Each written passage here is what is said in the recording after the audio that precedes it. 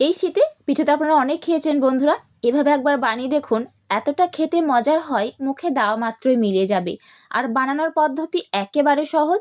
তো বন্ধুরা, আজকের এই পিঠের রেসিপিটা একটু স্কিপ না করে পুরোটা দেখবেন, আপনাদের অনেক ভালো লাগবে। আর ভালো লাগলে একটা লাইক, সাবস্ক্রাইব আর ফলো করতে ভুলবেন না যেন। তো পিঠে বানানোর জন্য প্রথমে একটা ডো রেডি করব। তার জন্য একটা কড়াইয়ের মধ্যে দিয়ে দিলাম 1 চামচ ঘি। এরপর দিচ্ছি হাফ বাটি সুজি। এখানে মোটা দানার সুজি আছে, সুজিটাকে কিছুক্ষণ ভেজে নেব।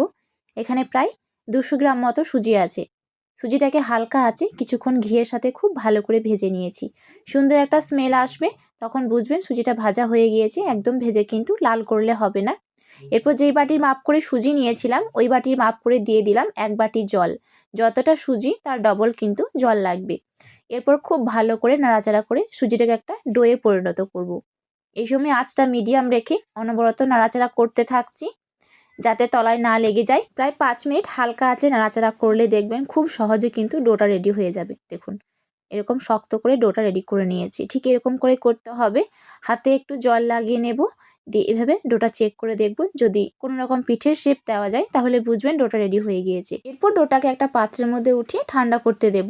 অন্যদিকে একটা কড়াইয়ের মধ্যে 1 লিটার দুধ আমি আগের থেকে ফুটতে দিয়েছিলাম। দেখুন, ফুটে কিন্তু অনেকটাই কমে গেছে, প্রায় 600 ml মতো হয়ে গেছে। এটাকে আরও কিছুক্ষণ কিন্তু ফুটিয়ে নিতে হবে।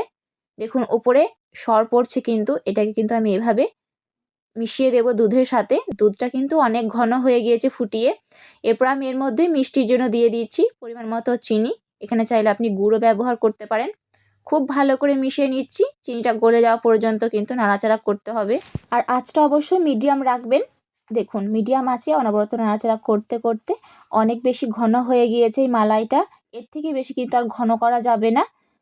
এরকম যখন ওপরে ঘিটা ভেসে উঠবে তখন বুঝবেন যে মালাইটা হয়ে গিয়েছে। এর থেকে বেশি কিন্তু টানিয়ে নিলে অনেক বেশি শক্ত হয়ে যাবে। তো এটাকে আমি এই অবস্থায় নামিয়ে নেব, দিয়ে একটু ঠান্ডা করে নেব। এখানে আপনি চাইলে মালাইয়ের পরিবর্তে নারকেলের পুরটাও কিন্তু ব্যবহার করতে পারেন, সেক্ষেত্রে খেতেও বেশ ভালো লাগে।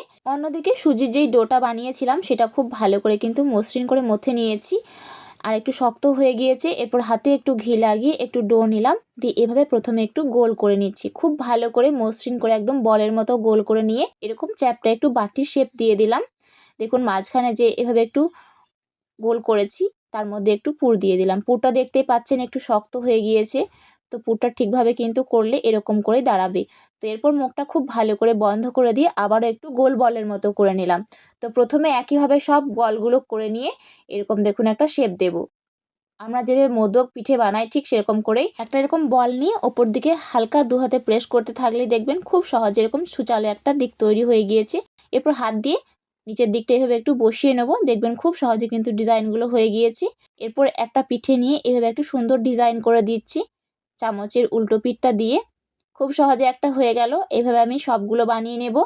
আর এই ডিজাইনটা আপনার পছন্দ মতো আপনি চাইলে করতেও পারেন, আবার নাও করতে পারেন, তবে করলে দেখতে বেশ সুন্দর লাগে তার জন্য। দেখুন, একসাথে কিন্তু অনেকগুলো পিঠা তৈরি হয়ে গেল, আর খুব বেশি কিন্তু খরচাও নেই। খুব সহজে কিন্তু যে কেউ বানিয়ে নিতে পারবে।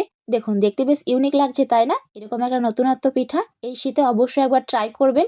তো এগুলো এখন কাঁচা আছে, এই অবস্থায় তো খাওয়া যাবে না। এই পিঠাগুলোকে এবার আমি ভাজবো। তার জন্য আগে থেকেই কড়াই আমি তেল গরম হতে দিয়েছি। তেলটা একদম খুব ভালো করে গরম হয়ে গিয়েছে হাই হিটে।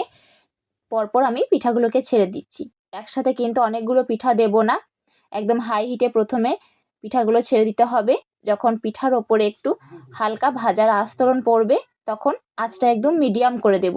এরপর মিডিয়াম আঁচে একটা চামচ দিয়ে নাড়াচাড়া করতে করতে একটু ব্রাউন করে ভেজে নেব। খুব ব্রাউন করে কিন্তু ভাজার দরকার নেই, কারণ অনেক বেশি পুড়িয়ে ভেজে নিলে বা অনেক বেশি ব্রাউন করে ভেজে নিলে পরে কিন্তু এগুলো খেতে তেতো লাগতে পারে।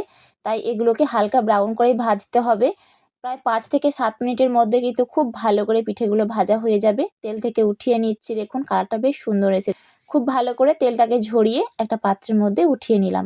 এরপর পরের ব্যাচে একইভাবে সবগুলো ভেজে নিয়েছি। দেখুন, একটা দেখিয়ে দিচ্ছি, কতটা সুন্দর লাগছে দেখতে, তাই না? উপরে ক্রিস্পি আর ভিতরে একদম নরম ভাব। তো বন্ধুরা, আপনারা চাইলে কিন্তু এই অবস্থায় পিঠাগুলোকে খেতে পারেন, খেতে বেশ ভালো লাগে। তবে এটাকে আরও একটু ভালো লাগার জন্য এটাকে চিনি সিরাপে আজকে সোপ করাবো 10 মিনিট।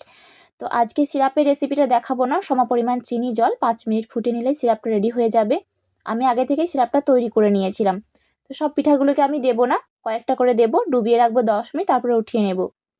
খুব ভালো করে কিন্তু 10 মিনিটের মধ্যে সিরাপ সোপ করে নেবে। তো দেখুন 10 মিনিট পরে উঠিয়ে নিয়েছি, খুব ভালো করে ফুলে গেছে আর অনেকটা করে সিরাপ সোপ করেও নিয়েছি। একটা ভেঙে দেখিয়ে দিচ্ছি, দেখুন ভিতরে কতটা ফ্লাফি আছে, একদম পুরে ঠাসা। তো বন্ধুরা এভাবে একবার বানিয়ে দেখবেন বাড়িতে, খেতে দারুণ লাগে। দেখা হচ্ছে আগামীতে অন্য কোনো একটা রেসিপিতে। আল্লাহ হাফিজ।